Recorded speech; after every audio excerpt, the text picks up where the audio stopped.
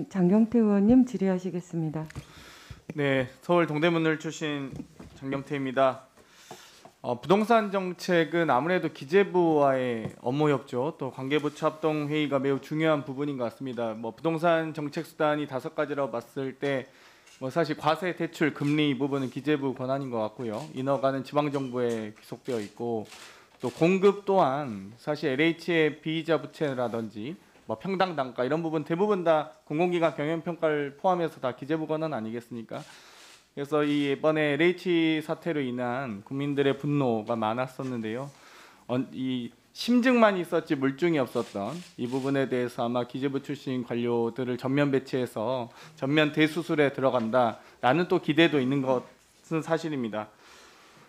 지금 청년 세대들의 주거 문제에 대해서 이 영끌, 패닉바잉 등으로 사실 조소 섞인 표현들로 표현되고 있는 것이 매우 안타깝게 생각합니다. 그래서 저 같은 경우는 이번에 청년주거 사다리법을 발의해서 예를 들면 공공임대주택의 70%, 공공분양주택의 50%를 무주택 청년층 혹은 만 6세 이하 자녀가 있는 가구에 우선 공급하는 방안이라든지요. 증가된 용적률의 70%를 기부채납으로 환수하여서 장기 공공임대나 공공분양 등으로 또 무주택 청년층에 공급하는 방안이라든지 LTV를 1.5배 정도 우대하는 방안 등을 이 무주택 청년 혹은 신혼부부 또 정말 자녀가 있는 만 6세 이하 자녀가 있는 청년층에 대한 혜택 지원으로 발의를 했습니다. 이 여러 가지 청년 주거 문제 해결을 위한 장관 후보자께서의 좀 의지를 좀 말씀해 주시길 부탁드리겠습니다. 네, 먼저 그 높아진 집값으로 인해서 그 청년들이 느끼는 그 좌절감에 대해 굉장히 마음이 무겁고요. 청년의 주택 문제는 반드시 해결해야 될 그런 과제라고 봅니다. 그 동안에 노력은 했습니다만 눈높이에 미치지 못하는 것 같고요. 그 적정한 가격에 집을 마련할 수 있는 그런 환경을 만들기 위해서 그 의원님이 제안해 주시는 그런 사안들이 그 모두 다 의미가 있는 그런 내용이라고 보고요. 그 관련 그 내용을 그 국회 논의 과정에서 법안 논의 과정에서 충분히 논의되기를 바랍니다. 네, 맞습니다. 그 여러 가지 지금 투기꾼이 누구인지에 대한 참 논란과 정의가 필요한 시기인 것 같습니다. 근데 그러려면 1,000만 원 이상의 금융거래도 금융감독원이 관리감독하지 않습니까? 근데 부동산 거래 관련돼서는 아직 그게 명확한 기준과 관리 주체가 없는 것 같습니다. 그래서 우리 존경하는 진성준 의원님께서도 부동산 거래분석원 등의 입법 발의를 하셨는데 이 부분에 대해서 논의가 지지부진한 건 사실인 것 같습니다. 결국 이런 현재 이 투기 현상에 대한 명확한 정의 그리고 관리 감독 이 부분은 당연히 관리 주체가 있어야 되는 것인데 거기에 대해서 자꾸 이 협조가 안 되면서 요구만 하시면 좀 안타까운 상황인 것 같고요. 이번에 LH 혁신 방안 여러 가지 많이 나오고 있는 것 같습니다. 근데 이 관계부처 합동으로 하는 건 당연하지만 사실 주무부처인 국토부가 좀 더 주도적으로 했으면 좋겠다 이런 의견도 있고요. 또 타부처 협의라는 명목하에서 진행이 좀 늦어지고 있는 것이 아닌가라는 견해들도 있는 것 같습니다. 여기에 대해서 답변 주시겠습니까?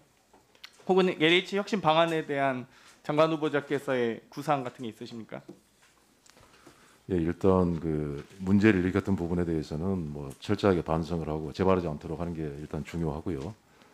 이참에 그 LH의 그 조직과 그 기능도 그 미래의 우리 그 토지 주택 정책 방향에 맞춰서 그 과감하게 그 선택 집중을 하는 그런 노력이 필요하다고 봅니다.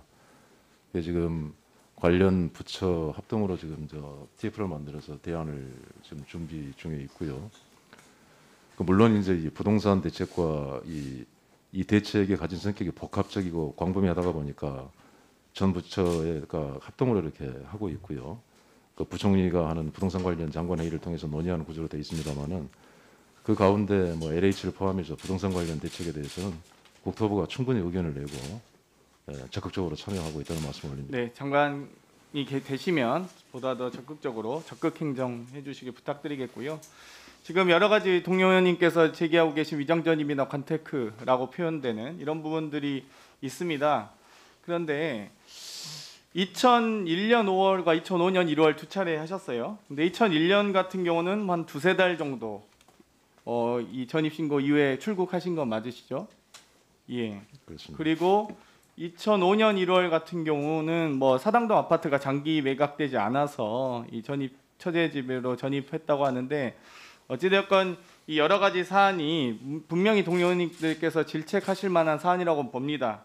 하지만 이 고위공직자 7대 인사 원칙의 공직배제 기준 시점 2005년 7월이라는 점, 그리고 이 당시에 보니까요 서울시 부동산 시장이 매우 침체되어 있어서 부동산 투기나 세금 탈루 같은 목적은 아니었던 것으로 보이는데요. 여기에 대한 이 송구한 마음과 또 해명을 좀 해주시겠습니까? 예, 좀 사리겹지 못한 그런 행동이었다는 데 대해서 송구스럽다는 말씀 거듭 드리고요. 아무튼 뭐 개인 사정이었죠. 미국에 파견을 나가는 전후에 벌어진 문제인데요. 제가 서면으로 보고를 올렸기 때문에 뭐 여기서 다시 반복을 하지 않도록 하겠습니다.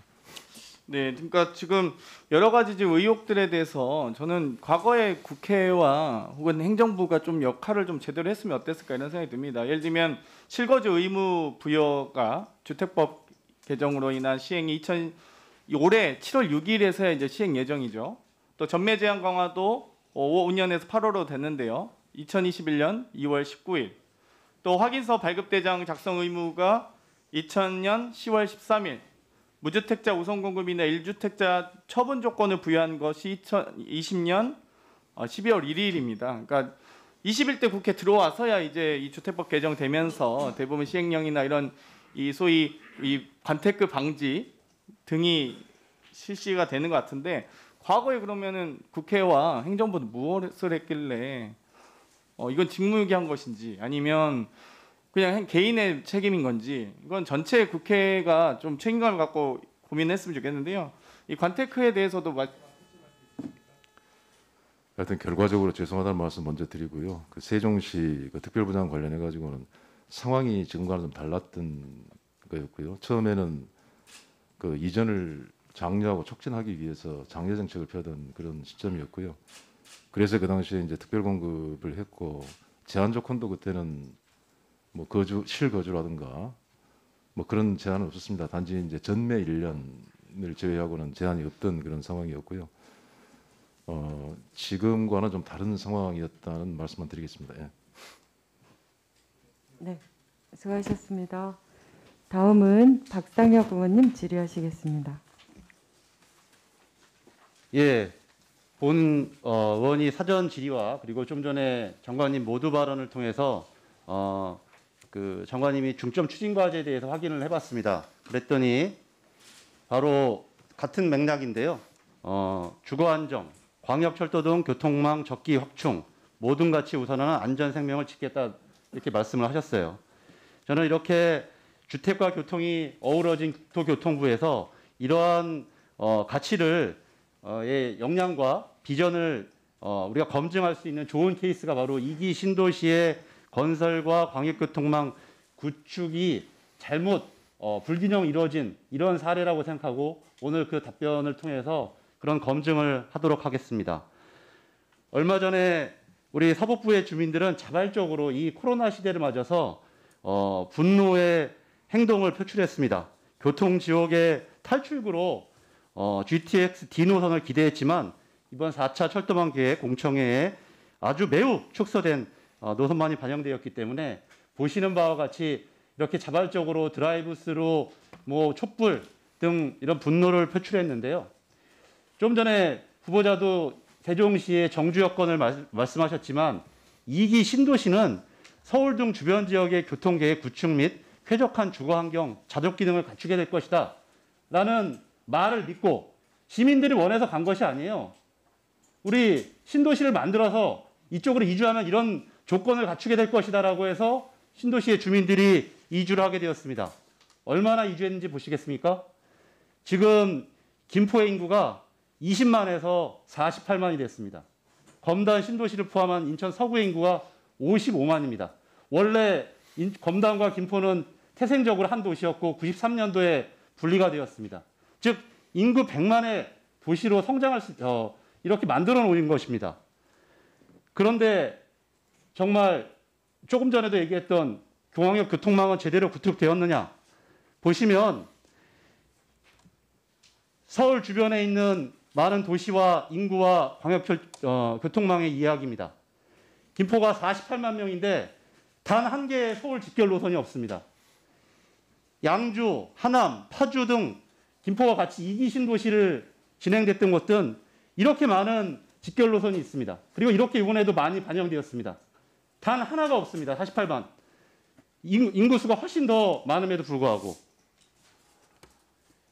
그래서 지금 김포에는 유일한 교통망이 경전철 2량짜리입니다.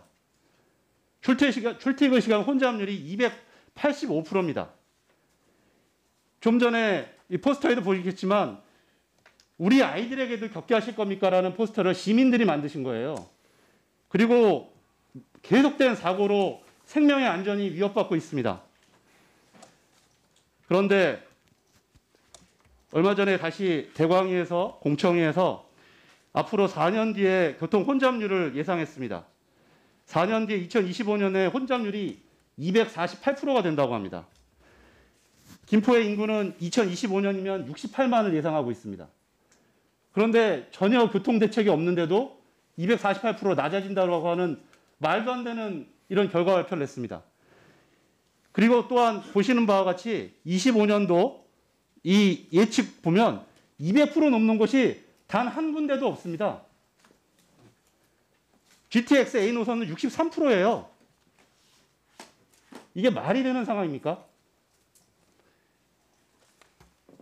이렇게 좀 전에 장관이 밝혀주신 주거안정, 교통 적기 공급, 생명의 가장 핵심적인 이 케이스가 100만이 넘는 우리 수도권 서부의 주민들이라고 생각하는데 장관이 되신다면 이 문제를 해결할 책무가 있다고 보시는지 어떻게 생각하십니까?